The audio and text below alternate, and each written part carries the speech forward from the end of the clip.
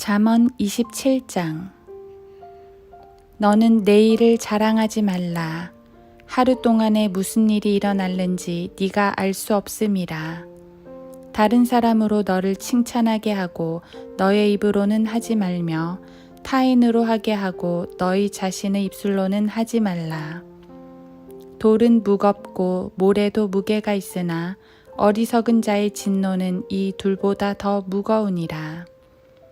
진노는 잔인하고 성냄은 사나우나 시기 앞에 누가 설 수 있으리요.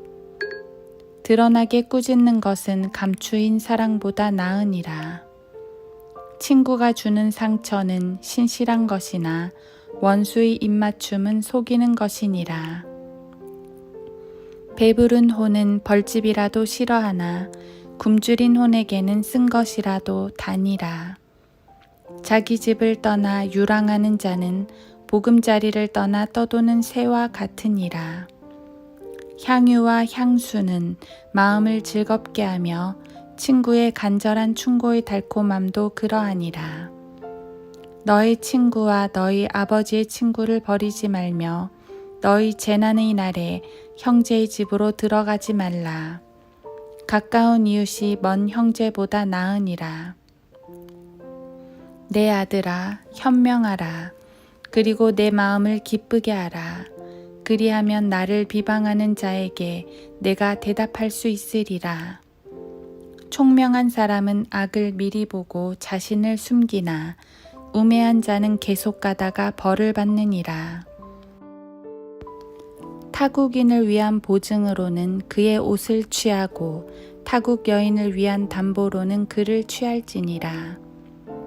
이른 아침에 일어나 큰 소리로 친구를 축복하는 자가 있나니 그것이 그에게는 저주로 여겨지리라. 비가 많이 내리는 날 계속 떨어지는 빗방울과 다투기 좋아하는 여자는 서로 같으니라. 그녀를 감추어 주는 자는 바람을 감추는 것이며 오른손에서 새어나오는 향유를 감추는 것이라. 철이 철을 날카롭게 하듯이 사람이 자기 친구의 얼굴을 빛나게 하느니라. 무화과 나무를 지키는 자마다 그 열매를 먹고 자기 주인을 기다리는 자는 영예를 얻느니라. 물에서 얼굴과 얼굴이 서로 비치듯이 사람의 마음도 사람에게 그러하니라. 지옥과 멸망은 결코 가득 차지 않으며 사람의 눈도 결코 만족함이 없느니라. 도가니가 은을, 용광로가 금을 연단하듯이 사람은 칭찬으로 연단되느니라. 네가 어리석은 자를 곡식과 함께 절구에 넣고 공의로 찌을지라도 그의 어리석음은 그에게서 떠나지 아니하리라. 너는 너희 양떼의 상태를 부지런히 알며 너희 소떼를 잘 돌아보라. 재물이 영원토록 있지 못하니 왕관이 대대로 이어지겠느냐.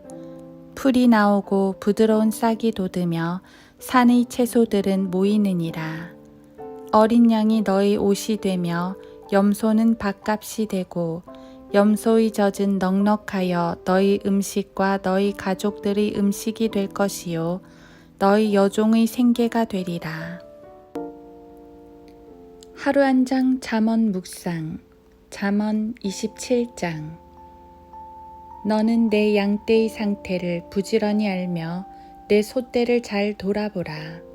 재물이 영원토록 있지 못하니 왕관이 대대로 이어지겠느냐. 잠언 27장 23절에서 24절.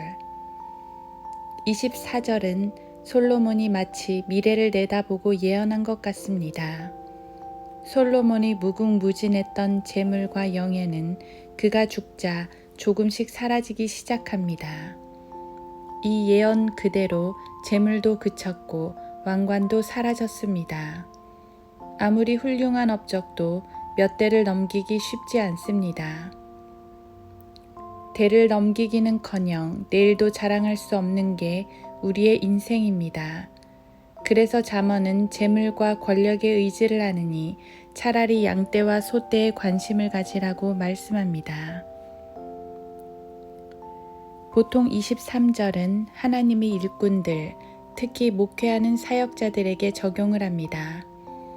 목회자들은 모두 하나님의 양무리를 맡은 사람들로서 주님께서 베드로에게 말씀하셨듯이 주님의 양들을 신실하게 먹여야 합니다. 양들의 형편을 잘 살펴서 적절한 말씀으로 꼴을 먹이면 주님께서 보상해 주십니다. 주님의 보상은 재물이나 왕관보다 훨씬 낫습니다. 그것들은 언제 사라질지 모르지만 하나님의 돌보심과 보상은 영원하기 때문입니다. 그래서 이 구절은 오늘날 재물과 권력을 추구하는 소위 성직자들에 대한 경종의 말씀이기도 합니다. 그렇다고 본문을 꼭 사역자들에게 한정할 필요는 없습니다.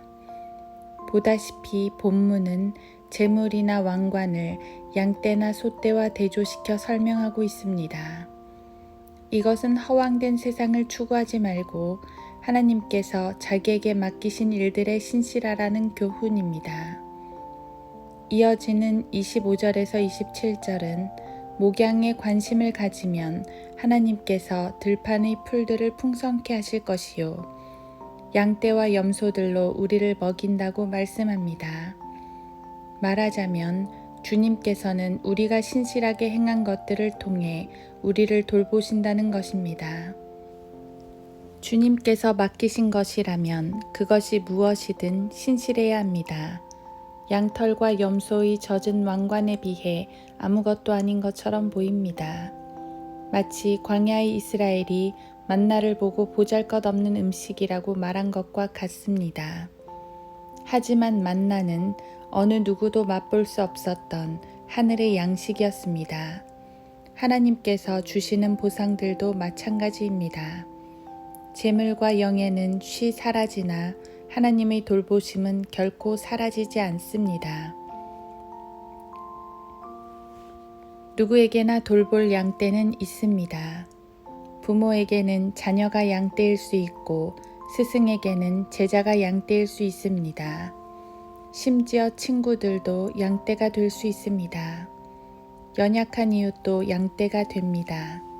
우리가 복음을 전한 혹은 전해야 할 누군가도 양떼입니다. 그런 점에서 우리는 모두 목양자들입니다. 양떼에게 신실하게 행할 때 하나님께서는 그들을 통해 기쁨을 주십니다.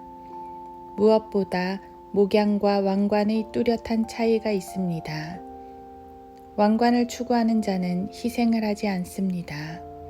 오히려 다른 사람의 희생을 밟고 올라갑니다. 반면 목양하는 사람은 양떼를 위해 희생합니다. 희생을 할수록 더 빛나는 것이 목양입니다. 예수님께서는 양들을 위해 목숨을 버리셨습니다. 그리고 그로 인해 영광을 받으셨습니다. 나에게 주어진 양떼는 누구인가요? 그들을 위해 예수님의 마음을 품기 원합니다. 복음과 사랑으로 그들을 이끌 수 있도록 오늘도 주님의 힘을 구합니다.